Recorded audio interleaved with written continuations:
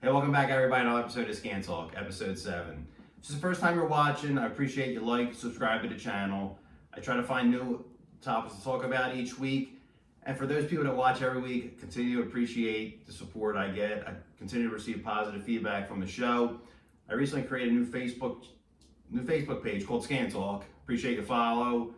Also on Instagram, I created a new Instagram page called Scan Talk. Appreciate you follow that. I'll give you a follow back. It's strictly based on the YouTube channel. Now in the past, we've discussed bars, we've discussed restaurants, tattoos, piercings. My buddy's YouTube channel where he discusses finance. We also had James on as a first guest. Last week we had Joe Watson on. Two-time NHL All-Star, two-time NHL Stanley Cup champion. On this episode, we have a special guest I'm excited to discuss. Would you like to introduce yourself? Hello, I'm Natalie Melcury, and I'm happy to be here. Great, and super excited you're here. And so, what's your YouTube channel? What's it called? It is YouTube and then at Phillies Red Network, Right. and it is all about the Phillies, and it is my new podcast as well. And how many episodes have you had? One so far, and I actually filmed it the other night, and it was with Jamie, Yes. who is very well known in the area. He's the Philly sports guy. Right. And I just watched it earlier. It was a great show. Jamie was terrific. Philly sports guy's terrific. So how long have you been a Phillies fan? Wow, my whole life. Right. When I was born, actually, my dad was a sports writer locally, and he traveled with the Eagles, and Oh, wow. he also did a lot of reporting on the Phillies. For example, back when Steve Carlton refused to speak to most of the media, my dad was one of the few that he would speak with, and so, oh my goodness, we spent so much time at that stadium. Right. Yeah. Yeah, I mean, Citizens Bank so much different than Veterans Stadium. You know, so much. I just feel like you're so much closer to the stadium, but you know, Veterans Stadium just had a different vibe to it. You know. Yes. So, how many Phillies games do you normally go to in a season? Oh, well, as I was growing up, we went to multiple each summer. Right. At the time, I spent my school year in Colorado. My sister and I lived with my mom, and we would come in the summer for vacation, Right. and we would go to multiple throughout the summer. Went through a period of years where I didn't go to any games, raising my little ones and Right. just being mom. Went to a few last year. I've already been to one this year and have plans on several others. Did they win that game? Yes, Yes.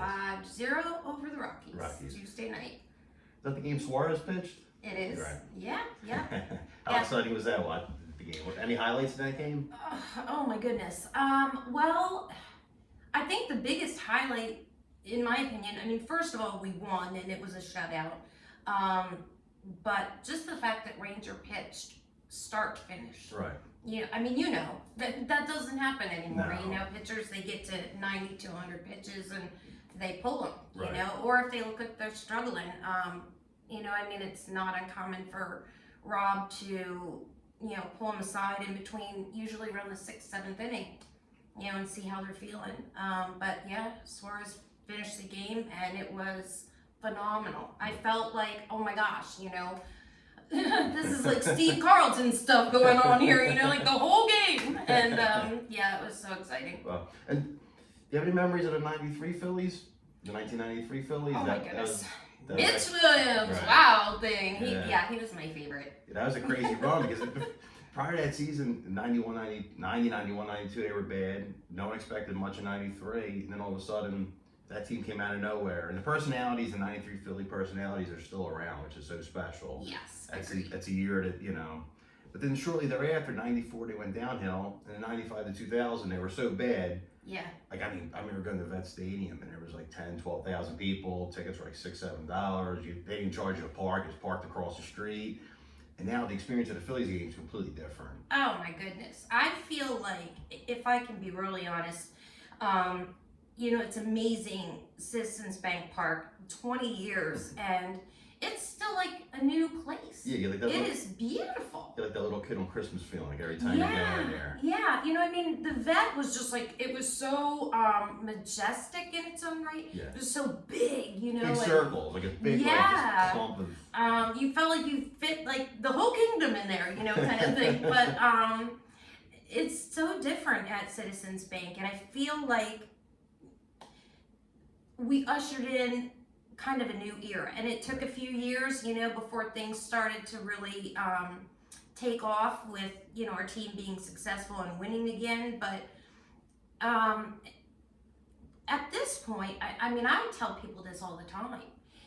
There's nothing like it. Right. We got out of the car the other night and we're walking in, and we walked through the, into Ashburn Alley, and I'm like, we're home, like, there's just nothing like it. Right. And it's so exciting. And, this team, as difficult as it's been with, the season losses at the end, the last 2 seasons, and they were very hard, but we have an incredible team. Right. And it's always frustrating when you lose because, unfortunately you just feel like we didn't win. You always remember the game you lost. Of course, if you win the championship, you remember the game you won. So you kind of, like 2 years ago, they barely got into playoffs. They got hot towards the end. They got in. Wild card. Yes. They swept St. Louis, won both those games, won 4 out of 5. Soon they beat 3 out of 4 against Atlanta, which is a major upset. No one thought they were going to beat the Braves. Everybody was happy. Yeah. We made the playoffs, so at least we won a round, got a couple home playoff games. Now all of a sudden you beat the Braves, and then the Padres come along. We got 4 games to 1. World Series comes, win game 1, come from behind win. Unfortunately, lose game 2. They win game 3. Everyone's in a cloud high, and then all of a sudden, you kind of remember the 3 losses. But very painful. Yes. Yeah.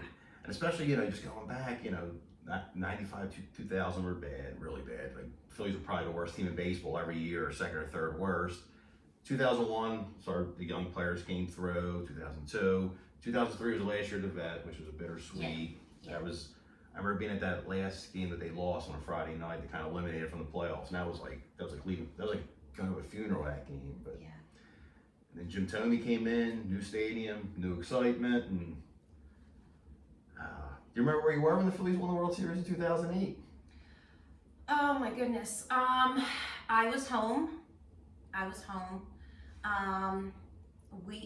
Oh my goodness, my daughter was, I'm trying to think back, I think she was in 4th grade. My youngest was 1st grade.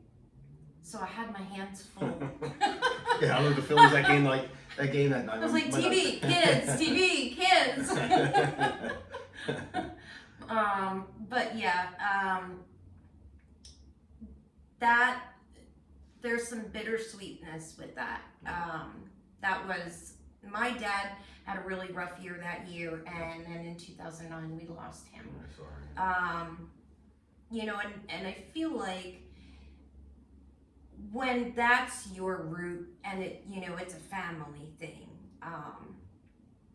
there are parts of that I look back and it's a little bit kind of tucked away a little bit. Right, sure. There are things you don't forget, but like for example, that year with the win, my sister and I were talking about it 2 years ago, going into the NLCS, and she was sharing, like that she wished that we had gone and gotten him and brought him up and, going to the parade and everything. And so it's kind of a mixed bag with that.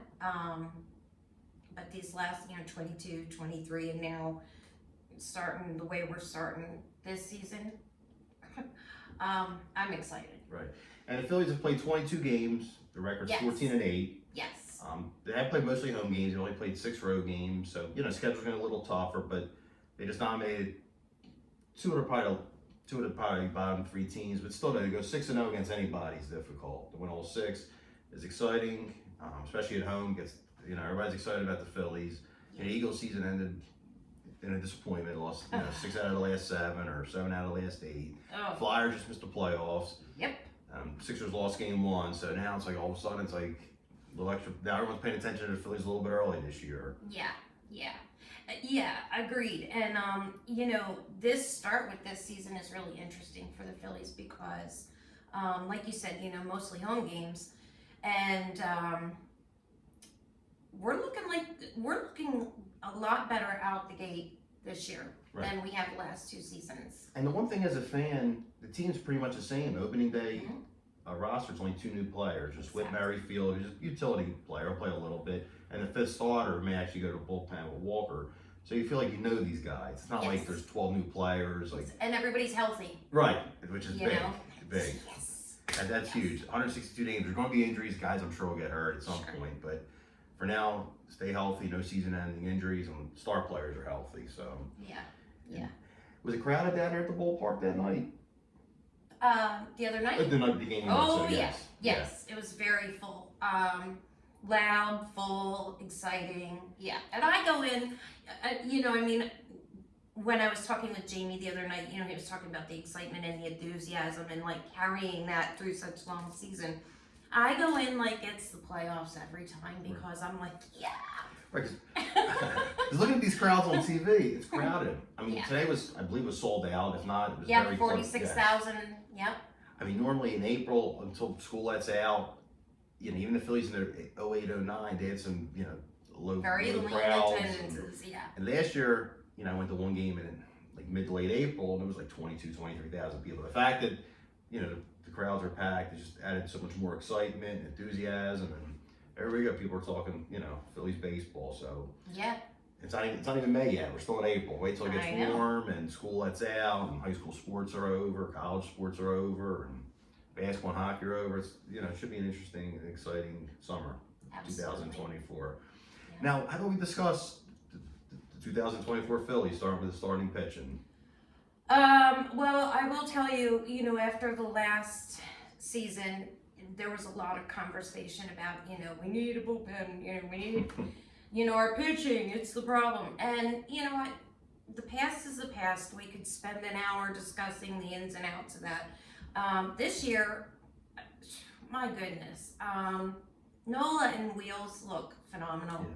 To have 2 aces on a team is unheard of. I mean, Yes. for years the Phillies needed 1 ace, you know, after Cole Hamels left. And Right. then, you know, Aaron Nola came along, and now we have 2 aces, which Exactly. is pretty exciting. And then Suarez, you know, stepping in the other night, and I mean, pitches all 9 innings, and it's a shutout. Right, which is unheard of, especially in Yeah. April, because normally, you know, you're always worried about a pitch count. Managers especially worry about a pitch count in April. They always say a guy's arm's not stretched out. Oh yeah, and No. you don't want to wear them out beginning of the season. Right. Yeah. And then even yesterday, unfortunately, I missed most of the game. I caught some of it on radio. Zach Wheeler had a no-hitter in the 8th inning, which is... You know what? He was just exceptional yesterday. Right. He really was. Got into the 8th inning, gave up a hit, and then he went out and Sir Anthony stepped in, and 9th inning, you know, they kind of ran us over a little bit. Put 5 runs on the board in 1 inning, but then they took him out, brought in Alvarado, 1 pitch, boom, done. Right. The funny thing is, I assumed the game was over. I took it off the radio, started listening to, you know, maybe some country music. Then all of a sudden, I look back, I'm like, oh boy, it was an Yeah. 8-5 final. I'm like, wait a minute, it was just 8-0. What happened there? Yep, 9-5. It ended up being. But yeah, no, Wheels looks just so good, and Nola, you know, he just continues to look better and better. You know, and what was really interesting, actually, Schmitty, you know, Sundays with Schmitty, was talking about it. You know, first inning, and Nola permitted a 2-run homer. Right. You know, Too and much you're right kind off of the going, bat, oh sure. no, you know, like we swept the Rockies. We've got 2 games against the Sox. Like this should be an easily won game. You know, like bing bang in and out, done. Right. And then that happened, and you kind of go, uh-oh. But seriously, 8 innings, and I think he allowed 4 hits. Right, and I think there 3 of them were in the first Phenomenal. inning. Yeah, So after I that mean, was... Just, yeah, great job. Absolutely great Right. job. And now, you know, let's look at the bullpen. So far, off to a hot start, except for, you know, the one pitcher, Sir Anthony Dominguez, is struggling a little bit. I mean, I'm sure he'll get it together. He's a good pitcher. This is probably the best bullpen I've ever seen the Phillies have, where every guy comes in throwing like 96, 97, left-handers, right-handers. Agreed. I mean, actually, it's really funny how, so many people had so much to say about our pitching last year and how awful and how many struggles. And then, now it's kind of the talk of the town. Right. Yeah, I mean, every guy that comes in there, I mean, they're all throwing like it's crazy. They're all like firing the ball. For years, the Phillies, you're having they had two good relievers, not even great relievers, and they were throwing guys out there, just throw them out there, just hoping they would, get a hot streak. But these guys are throwing heat, and they're closing games down. Bullpen haven't lost many games this year, maybe one, but it's pretty impressive.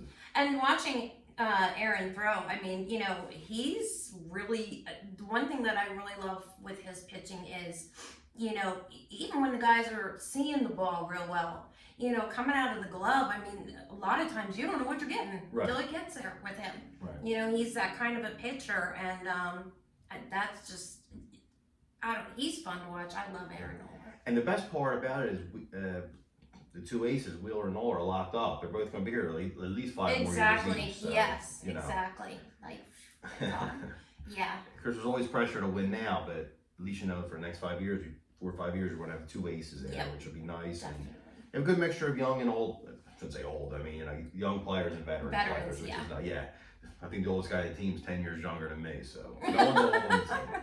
They're all just veteran players. They're all kids. yeah. Some kids are a little bit older than the other kids on the team. But exactly. Big kids, young kids. So true.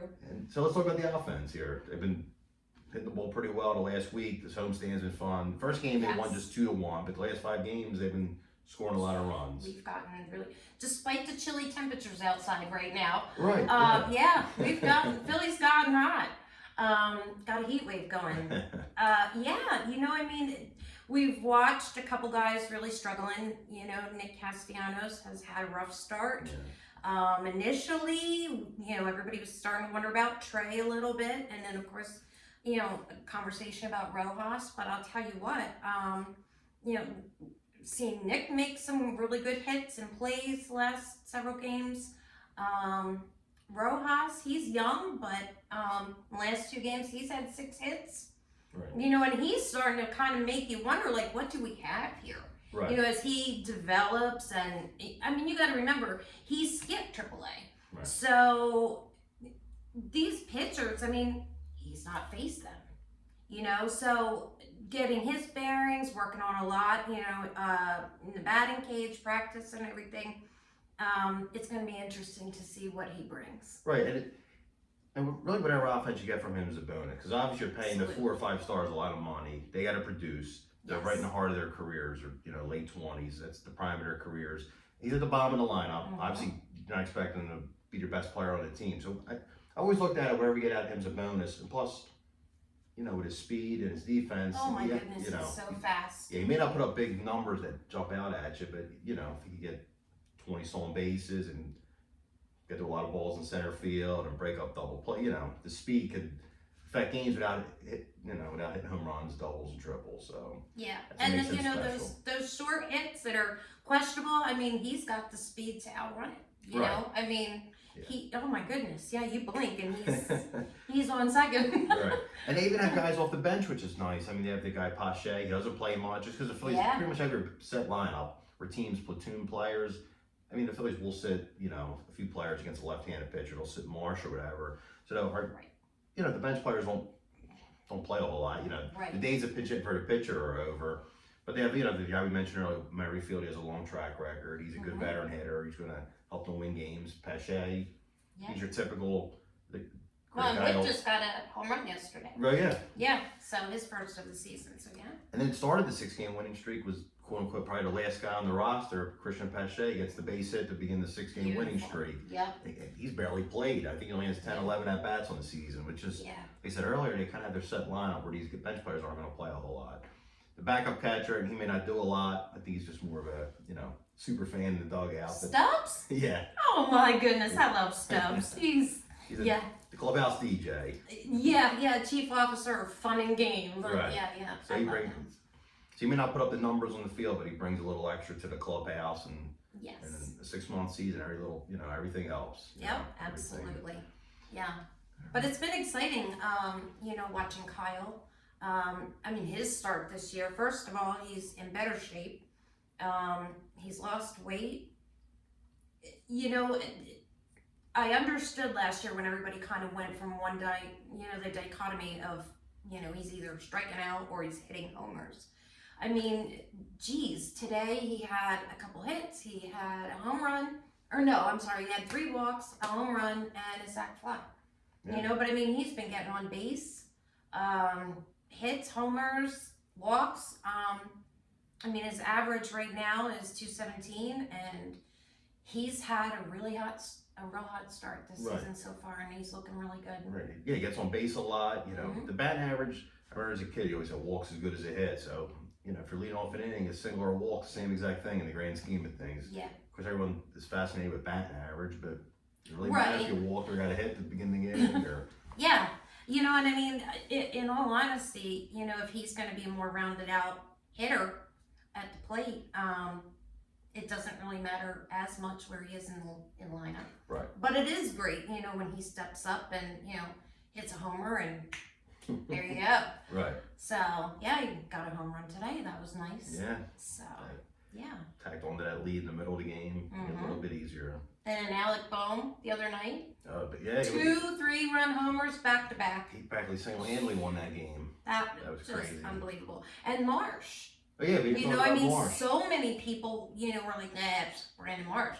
But I'll tell you what, he's an everyday player at this point, as far as I'm concerned. They picked him up in a trade. Because they were struggling in center field in 2022. They just wanted the guy to be at best average, pretty much just catch the ball. Right. That year they had like 4 or 5 center fielders, like a jinx position. Everybody put out there just couldn't hit it at all. Yep. They made that trade. They traded the Phillies' big catching prospect, Logan O'Hoppe, who, let's face it, with JT Romeo here for another 5 or 6 years, at most will only be the backup catcher. Right. So, it was a great trade. It basically traded somebody that hopefully does well, wish him nothing but the best, but probably was never going to be much of a contributor with the Phillies to get your center/left fielder. Mm-hmm.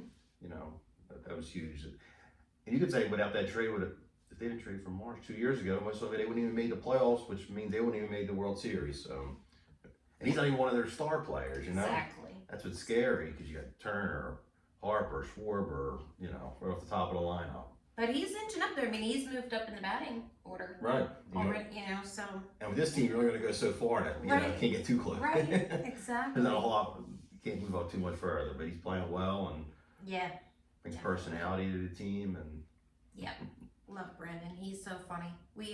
My daughter and I got to meet him last season. It'd be an adventure. Oh my gosh, he's so funny. He is so funny. Such a great guy. So yeah, but our offense is looking amazing defensively. Just tight, exceptional. Yeah, so what are your predictions for the Phillies 2024? Well, as far as I'm concerned, this is our year. I know, back during spring training, there was already conversation down there among the players and people, in the media and fans that were coming out, as far as this being our year in a championship. People were talking to Nick Castellanos about it fast down there. Right. And I really believe this is our year. I really do. I think the fact that, we're healthy, like you said, all except for like 2 players, everybody's, no big changes. Everybody is far more solid. Of course, Castellanos struggled at one point, and everybody was like, he's new. Took time for Trey last season to get into the swing of things. This year, I feel like the entire vibe in the locker room, the team, what we've been working on, even the message from, the front office. This is our year to make history. Right. And the thing is, unfortunately, the Braves are in the division. I said before the year, I'm still sticking with it. The Braves are going to win the division. The Phillies are going to be the #1 wild card, and so it's going to be. I just think what the last 2 years is going to happen again. We'll win the wild card, probably play a team like San Diego, could be the Mets. That'd be a crazy series. Win those 2 games, and then Atlanta for 30 in a row. And first year is almost like they're complete same results. Win game 1, lose game 2, come home. There's dominated. Yep. Those Wow. games, dominated the Braves of 4 games at home. Yeah. And that goes back to what we started the show off with the fans and the craziness. That had to play a factor. Like, Yeah. those pitchers looked intimidated. They were making bad throws, and the Braves played great all regular season. I mean, they're a great team. I mean, same way we just talked about the Phillies from top to bottom, 1 through 26. The Braves are one heck of a team. Will probably win 103 games. I'm thinking the Phillies will win 95, 96. I think we're going to beat them in the playoffs, and then we're back where we were last year. Got to win the NLCS and then the World Series. Yeah. But I think it's our year, 2024. I do too. I actually, leading into this year, started a hashtag, and which I did last year, but right before Red October, and it took off. Right. I was shocked, but it actually became. It started to trend. You could search it, you could follow it. It blew my mind, quite honestly, but it did. So I was like, you know what? Let's do it this year, and I started it, and some people have already grabbed it up, and I said, put it on all your comments, your posts, anything about the Phillies. But it's hashtag Year of the Phillies 24, and this is our year. Oh, I forgot to say, do you have a special Facebook page for your YouTube channel? I do. It is Phillies Red Network on Facebook as well. As everybody out there listening, follow her page, subscribe to her channel on YouTube. Yeah, absolutely. Would love that. So what inspired you to create your own page? Just years of excitement?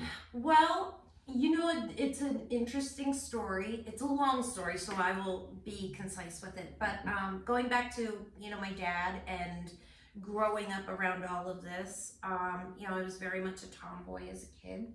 I used to pretend to be Bernie Perron, Mike Schmidt, Pete Rose. I mean, I was probably the only 4-year-old little girl that tried to slide dramatically head first like Pete Rose. Dirt and everything, But, fast forward all these years later, and a lot of things changed in my life a little over a year ago. And 2 years ago, during the 22 season, like I said, my sister and I had a conversation about, our dad and the Phillies and getting into the NLCS, and it just the way things worked out. I feel like it was kind of divine intervention. We ended up with tickets for her and I to go see Game 4 of the NLCS, where we won 10-6 over the Padres, and I feel like something changed. There was a shift that night, and as last season played out, it just continued to grow, and by August, I was shocked because there was so much attention and so many people that were enjoying the content that I was putting together. And as all of that was happening, personally in my own life, there were changes happening, and I made the decision to go back to school. And so I'm in school in an accelerated program to get my bachelor's degree in sports broadcasting. And that's been a great journey so far. I've learned a tremendous amount, and I'm loving it. And ultimately, as things continued on and we, got into the fall and the playoffs, it just continued. I mean, we ended last season, and I went from last May having not one person on social media following me, and at that point it didn't matter to me. I mean, I wasn't looking for anybody to follow me. It was neither here nor there, to over 500, almost 600 people at the end of last season. Oh, it's exciting. And I was like, wow. Like, it's just me, but it just continued to grow. And as things have moved forward with my school and just the amount of people that are interacting with me online, this just felt very much like the next step in the process. And so I have a very close friend of mine who lives in Nashville, and he has worked with me behind the scenes to help me put some things together, to learn some things. And we launched it just within the last week. Well, and I'm super excited. Right. And I remember when we spoke last week, you talked about we live somewhere else in part of the country. Yes, yep. Where'd you live at? The Northern Front Range in Colorado. So, back in the 80s, before cable, everybody had, if you were lucky if you had a color television, Right. and, you had your 3 local channels, 3, 6, 10, whatever. And, so during the school year living out there, became a huge Denver Broncos fan back then. Watched John Elway play his whole career, and yeah, that was Right. awesome. And you were living out there when they won the 2 Super Bowls, right? No, I was actually here. Oh, okay. I was back here at that point. And funny enough, I was managing a Wawa with a friend of mine up close to Philadelphia, and had a lot of older guys, South Philly stoop, older gentlemen that would come in. And throughout the course of that season, going into 98, I called that Super Bowl 32 victory from preseason. That was the first Super Bowl, right? Yes, Okay, yeah. yes, against the Packers. Right, yeah. That was a big upset, if I remember correctly. Yeah, oh yeah, because and I will tell you, I caught so much grief and flack through that year because everybody kind of patted me on the head, she's so cute. There's no way Denver's going to the Super Bowl. Brett Favre and Reggie White, the Packers, yeah. Oh my goodness. That was one heck of a the Packers were loaded back in the 90s, late 90s. Powerhouse and big, so big. And I just remember that and getting to the point where we were in the playoffs, and of course everybody at that point was like, well, of course we're in the playoffs. They had a great record through the season, but they're not getting, they're not going to the Super Bowl. And then it was us and the Packers, and I was like, I told you. Right. And then, they're like, yeah, but there's no way you'll win. Like, we've got the biggest defense, you have the smallest offense. And I said, yeah, but we're the fastest. Right. And, we're not dumb. We'll figure it out, and this is what we're going to have to do. And everybody just thought I was just this cute little blonde girl who, didn't know. But you got it right. I little blonde girl, sure, got it right. Oh, I sure did. And that was a heck of a game. Right. I remember how Yeah. I remember that game, Woo, intense. Some Super Bowls you forget, but that was one Super Bowl I actually remember watching. Do you remember the helicopter spin in the third quarter with Elway?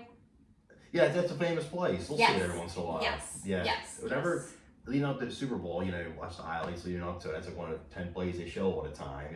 Some great catches in that helicopter. Yes. And Oh my goodness. He had to be in his late 30s when he made 37, 38. 36. I believe he was 30. Yeah. No, 35 or 36. At an age of a football player, that's like 76, they make a play like that, Exactly. 36. I mean, 36 sounds young right now, I remember them saying as the broadcast was playing on here, you see how bad John wants the Super Bowl? Yeah, you're not kidding. But, the difference with that versus, the 3 previous losses in the Super Bowl, he had a running game. Right. He had Terrell Oh, yeah, Davis. that's running back in football. Whoo, man, and they were, you just couldn't stop them. Right. So. All right. And now that it's summertime, what's your favorite kind of music? Just switch it up a little bit. Oh my goodness. Well, I'm an 80s girl through Okay. and through.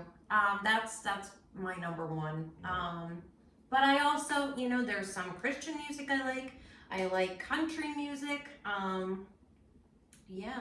I'm fairly versatile. Okay. What are some of your favorite country artists or bands or musicians? Or I never know what to say. Bands, musicians, artists. Well, I like Carrie Underwood. Yeah. I mean, I feel like kind of that's a given. Right. I mean, you either really like her or you don't. Right. Yeah. If you like country, you're probably gonna like Carrie Underwood. If you don't like country, she got better. Might be annoying. Yeah. I always liked Reba McEntire. Right, a legend. She was my mom's mom, my grandmother's favorite. And so I can remember back when it was, the Nashville Network. And, Right. she never missed Reba. So I kind of grew up listening to her. I really like Jason Aldean. That's my favorite. Yeah. His concert in August. I think it's August 9th, right after Friday falls on. That'll be my 5th official concert. I seen him on the boardwalk. I was too cheap to buy tickets. I just watched for the boardwalk. But Hey! my 5th If ticket. you're there, you're there. fifth concert I actually paid for, and I have a pretty good seat for. He's Nice. the best. He almost incorporates rock music. It's basically rock music with a little bit of country lingo and country lyrics. So Yeah, I like him. I do like Luke Bryan. yeah, his concert's amazing. Mhm. Can't go wrong with a Jason Aldean or a Luke Bryan concert. Nope, Can't you go wrong. can't. I also really like Morgan Wallen. Oh yeah, he's coming in a few really weeks. like him. I think the cheapest ticket on StubHub is still about like literally. Which is amazing considering everything he's gone through and the backlash and He's a little nuts, my but goodness. he's a good singer. But he's real, Yeah. you know, and I'm like, and I yeah, he's got a great voice. I really like him. Yeah. So they're probably my favorites. We're getting close, you know, when I think country music, I think of summertime. You know, Mm-hmm. it's April 20th now. It's a little chilly out, but country music will be heating up. Hopefully the Phillies offense continues to stay hot, and Yeah. that should be an interesting summer. And once the summer ends, now we're September, and you know what happens in October. So I think there's exciting things. We all coming. get red in October. Stay red, my friends. Oh, But boy. I agree, and I think as far as the Phillies go, we're gonna have highs and lows and ups and downs, and Yeah, we're there's gonna gonna be have some cold losing streak streaks. coming at some point. It's inevitable, unfortunately. It happens. Yeah, but I think like I said, our start has really looked good this year so far, and these last two teams, the Sox and the Rockies, they don't have good records, but I feel like strategy-wise, this is where we have to monopolize. This is where we have to get the sweep. I should have had a broom out. Oh yeah, that's all right. Sweep. And for those that don't know, Scan Talk, this is one shot. I don't edit anything, so Right, exactly. Oh wait, let me get my broom. we could edit it right back with a broom. This is one shot on Scan Talk. Exactly. But like that's where you have to, like for the other series where, we may have a cold streak hitting, or, we're against the Braves and they win. Right. Whatever, like these are the moments right now where we should be winning these games. We have to get the sweeps. Right, exactly. We have to get the wins here. And so to watch them dominate so explosively, on one hand you go, well, they're not great, they don't have great records, these teams. But at the same time, that's not a given that our guys are going to hit like they've been hitting. Right. So, and, yeah. I mean, granted, they may have faced 2 out of the worst 4 or 5 teams in baseball, but they still won all 6 games. I mean, Yes. baseball's not easy to win every night. Yeah. You know? Some of it is the luck of the draw. Right, to win all 6 know? is impressive. 5-1, I would have been happy with. 6-1's very impressive. Very much so. Yeah. All right, so final question. The NFL draft's next week. Will you be watching it? Or you... It next depends. It honestly depends, and I only say that because of school and work. Sure. Oh, yeah. Doing the program that I'm doing, it's a 4-year degree that Right. I'm doing in 2 years. Right, very impressive. So it's like I work 2 full-time jobs. Right, kind of, yeah. I'll definitely be plugging in, and my one son, Joseph, who actually is a friend of James, our mutual friend James. Right. They're James, really good friends. JHAO33. He has his own YouTube channel. He was the first ever guest on Scan Talk. I should have mentioned it earlier. He connected us too. I can't appreciate Natalie for coming on the show. She's been great. She's been terrific. Please follow her on Phillies Red Network on YouTube. She also has a Facebook page. I'll put that on my social media coordinates. And, watch her show. I just watched the first show literally as I was driving over. It was great. Very informative. The first guest was a Philly sports guy. It was a great interview. It went very well. And I'm excited to check out our YouTube channel. Thank you. All right. Thank you so much for coming here. Of course. And thank you for watching. Please, if you haven't liked and subscribed, please like and subscribe to Scan Talk on YouTube, Facebook, and Instagram. Okay. Thank you once again. Of course. Thank you. All right. Thank you.